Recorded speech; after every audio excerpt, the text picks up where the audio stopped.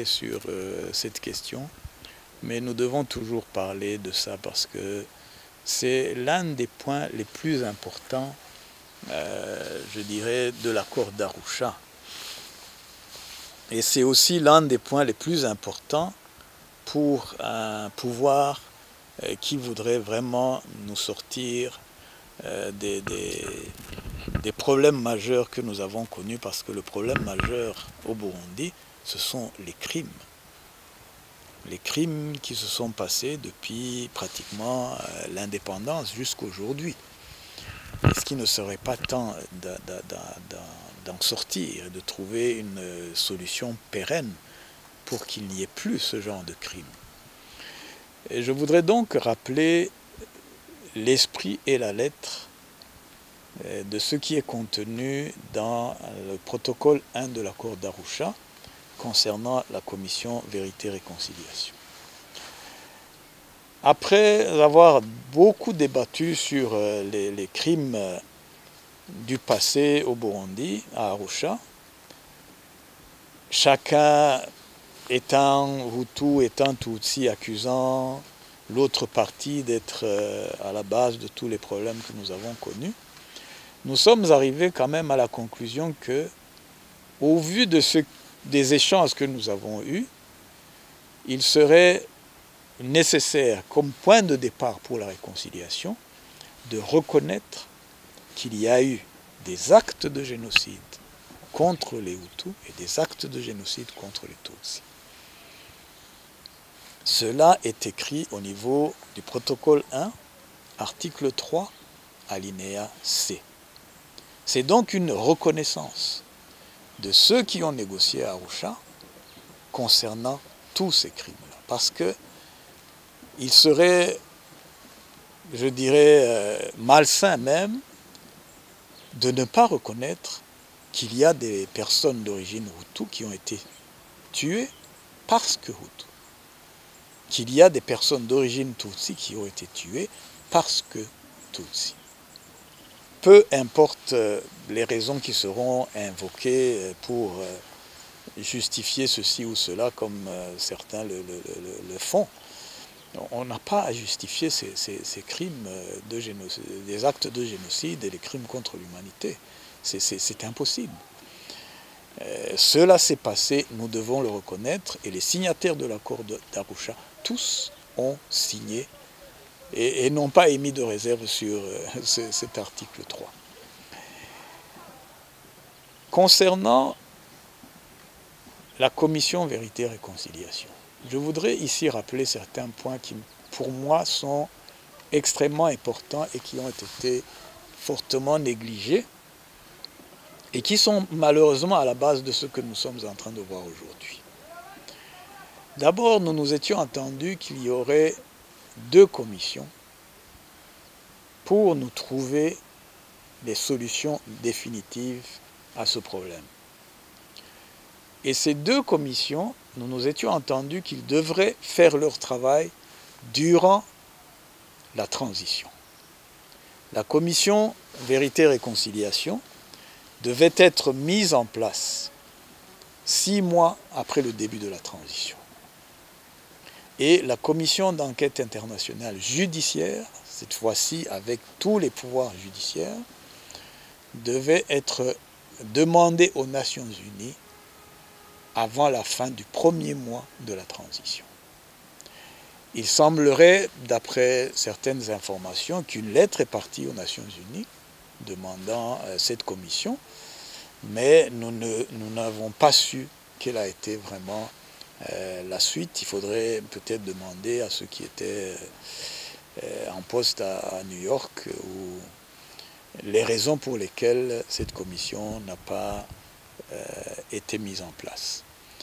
La seule commission qui avait été mise en place est celle que nous avions demandée avant au niveau de la convention de gouvernement, celle qui a fait les enquêtes préliminaires et qui a conclu ce que nous savons, les actes de génocide contre les Tutsis et l'assassinat, le coup d'État et l'assassinat de Ndadaye et ses compagnons. Ce rapport est bien connu. Donc, ces 2 commissions auraient dû être mise en place durant la transition. Pourquoi? Parce que nous voulions que les élections de 2005 puissent se dérouler sans que ce problème-là revienne dans les orientations des partis politiques ou dans les revendications des partis politiques. Malheureusement, cela n'a pas été le cas, d'où justement que ces revendications continuent jusqu'à aujourd'hui, que ce soit du côté de ceux qui revendiquent pour le génocide des Hutus ou de ceux qui revendiquent pour le génocide des Tutsis. Si vraiment ces commissions avaient travaillé à ce moment-là, il y aurait eu moins de sentimentalisme, moins de problèmes comme nous le voyons aujourd'hui avec la commission en place. Parlons de la commission Vérité-Réconciliation pour bien clarifier ses missions. Quand le président de la commission parle du génocide, j'aimerais lui faire remarquer que d'abord dans presque toutes les commissions Vérité et Réconciliation que nous connaissons, qui ont fait leur travail dans plusieurs pays, jamais des commissions ne se sont penchées sur la question des crimes contre l'humanité. Et la question des crimes de génocide. Partant de ce que nous avions conclu, que des actes de génocide ont été commis, il était absolument nécessaire qu'on passe à la commission d'enquête internationale judiciaire et pas par une commission Vérité et Réconciliation qui devait seulement se préoccuper des autres crimes mineurs pour aller vers la réconciliation. Les autres crimes étant imprescriptibles, il faut une instance internationale parce que cette instance internationale va faire en sorte que si un criminel avéré qu'il a participé ou commis des actes de génocide, ce criminel-là est pourchassé dans tous les pays. Mais aujourd'hui, quel est le pouvoir de cette commission ou le pouvoir de l'État par rapport à une personne qui peut se trouver, je ne sais pas dans quel pays, pour dire, voilà, il a commis le génocide, etc., etc. Mais ce génocide, eux, ne le reconnaissent pas. Sur le plan international, ce n'est pas reconnu. Je pense que le président de la commission et le CNDD-FDD devraient se pencher sur cette question, d'abord.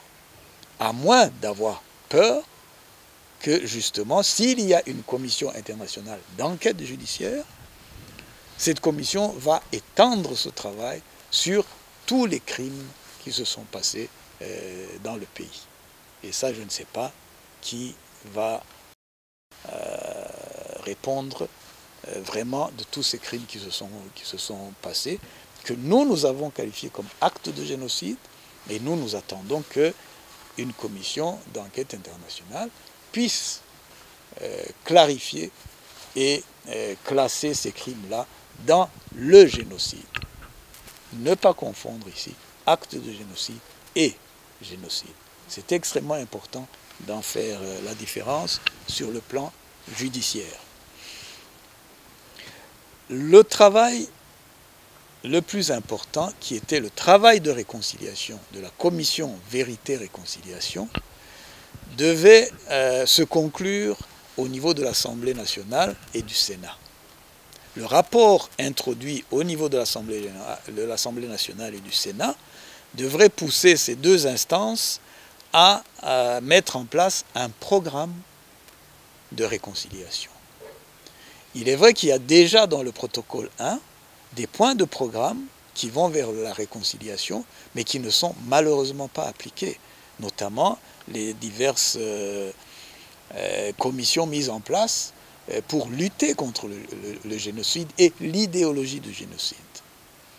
Et c'est ici où le troisième point des travaux de la commission Vérité et Réconciliation est tout aussi important, c'est clarifier l'histoire. Quand on dit clarifier l'histoire, ce n'est pas clarifier l'histoire des crimes, Parce que l'histoire des crimes, ça va dans cette recherche de vérité. Clarifier l'histoire, ici, je voudrais que les gens le comprennent dans l'esprit dans lequel nous avons orienté ça. C'était pour dire qu'est-ce qui nous a poussés à changer, à être des criminels. Au niveau de l'histoire, de la colonisation, parce que dans cet article 3, c'est marqué aussi, qu'est-ce que la colonisation nous a fait pour que nous nous changions tels que nous sommes aujourd'hui. Donc il fallait donc que cette clarification de l'histoire aille en profondeur dans la période avant la colonisation, la période de la colonisation, pour trouver réellement les causes profondes de l'état d'esprit des Burundais contemporains quand ils ont commencé à se rentrer dedans, à s'entretuer, etc. Parce que ça a un début. Mais le début des crimes ne veut pas dire le début de l'idéologie du crime. L'idéologie du crime est née durant la colonisation. Et elle ne s'est fait valoir que justement au moment de la lutte pour l'indépendance, parce que c'est Harwa qui commence à dire il y a un problème Hutu-Tutsi. Est-ce que les Burundais connaissaient ce problème-là avant? Pourquoi nous l'avons connu à ce moment-là? Il faut qu'au niveau de l'histoire, cette clarification se passe pour que nous puissions réellement aller dans la réconciliation en connaissance de cause. Cette histoire de nous jeter les responsabilités dans le Burundi contemporain peut trouver une solution si on sait pourquoi nous sommes en train de nous rentrer dedans maintenant. Pourquoi ce problème-là, Hutu-Tutsi, a été déclaré en 1958? Pourquoi? Et j'aimerais vraiment conseiller ceux qui sont dans la commission Vérité et Réconciliation, conseiller le parti qui est au pouvoir, pour qu'ils comprennent ces trois missions de la commission. La vérité, la réconciliation, par la clarification de l'histoire. C'est extrêmement important si nous voulons nous sortir de ces accusations permanentes que nous voyons aujourd'hui. La commission Vérité et Réconciliation actuelle, ce n'est pas la commission Vérité et Réconciliation de la Cour d'Arusha. C'est totalement différent, et dans l'esprit et dans la lettre, malheureusement.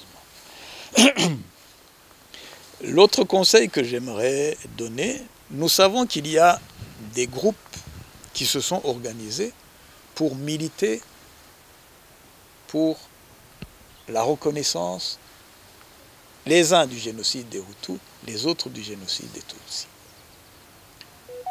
Pourquoi le président de la République, le président de la Commission, le président du Sénat et de l'Assemblée ne pourrait-il pas appeler ces deux commissions, leur demander leur rapport et que ces rapports soient analysés par ces différentes instances, parce que ces rapports-là, c'est l'histoire du Burundi. Mis à part quelques divergences au niveau de l'explication du pourquoi cet événement a eu lieu, tel autre événement a eu lieu, les causes, etc. Mis à part cela, ce que les uns et les autres disent, ce n'est que la pure vérité. Parce que quand vous parlez des Hutus qui ont été tués parce que Hutus, c'est la vérité. Et nous l'avons mis dans la Cour d'Arusha. Lorsque vous parlez des Tutsis qui ont été tués parce que Tutsis, c'est la vérité. Nous l'avons mis dans la Cour d'Arusha. Ces vérités-là devraient être mises en avant d'abord. C'est ça la vérité. Maintenant, pour ce qui est de la réconciliation, c'est passé à la phase de dire c'est tel ou tel pouvoir qui était en place et qui a laissé faire ce genre de choses-là ou qui a fait faire ce genre de choses-là. Si nous devons nous réconcilier, c'est voir ceux qui se sont fait du mal, et je crois qu'il y a des associations au Burundi qui le font. J'ai entendu dernièrement des personnes qui étaient en train de demander pardon les uns les autres. Et ça, c'est extraordinaire. Il faudrait plutôt que ce soit un exemple au niveau de la commission actuelle de Ndaïcharie, qui, elle, est dans la phase de récrimination, dans la phase d'accusation, alors que des citoyens sont dans la phase de réconciliation et du pardon. Et je pense que nous devons avoir l'humilité parfois, ceux qui sont en poste, de reconnaître que les citoyens, eux, peuvent vous montrer certaines voies positives, notamment pour ce qui concerne la réconciliation. Je voudrais attirer l'attention sur quelque chose que pour moi Ndaïcharie a dit de monstrueux. Je n'hésite pas à dire ce mot. Quand il a parlé de Misigaro. Je voudrais parler de cet épisode-là parce que ça dénote réellement de l'état d'esprit dans lequel lui et la commission sont. C'est vraiment dans l'optique d'accuser un groupe, les Tutsis, d'avoir fait une réunion. Est-ce que c'était une assemblée générale des Tutsis avec Misigaro qui se sont trompés de nez, et qu'il ne faut pas se fier au nez. Soit dit en passant, il y a Bouégéri qui a dit ça sur moi, qu'il ne faut pas se fier sur mon nez, que je pourrais être Hutu. Donc, il y a un bruit ou une rumeur qui a circulé chez les milieux Tutsis à l'époque, 65, 72, sur Michombero. Il était dit que ceux qui avaient préparé le coup d'État et les massacres à Busangana, Bukeye contre les Tutsis avaient appelé Michombero, croyant qu'il était des leurs parce qu'il avait un gros nez. Sincèrement, voir que une autorité puisse amener un argument pareil, ce sont des arguments de cabaret, de bar. Ce ne sont pas des arguments amenés pour convaincre un auditoire, dire et ces auditoires c'était les élus. Non, je pense que vraiment, malheureusement, les langages des milieux qui veulent tirer la couverture de leur côté pour dire voilà c'est les Tutsis qui ont tué, voilà c'est les Hutus qui ont tué, ils amènent ce genre d'argument sans donner aucune autre information. Les Tutsis étaient en réunion, les Hutus étaient en réunion, mais qui? Qui précisément? Et je pense que là, il faut vraiment faire cette remarque parce que c'est gros ce qui est dit là. C'est même, je dirais, très bas.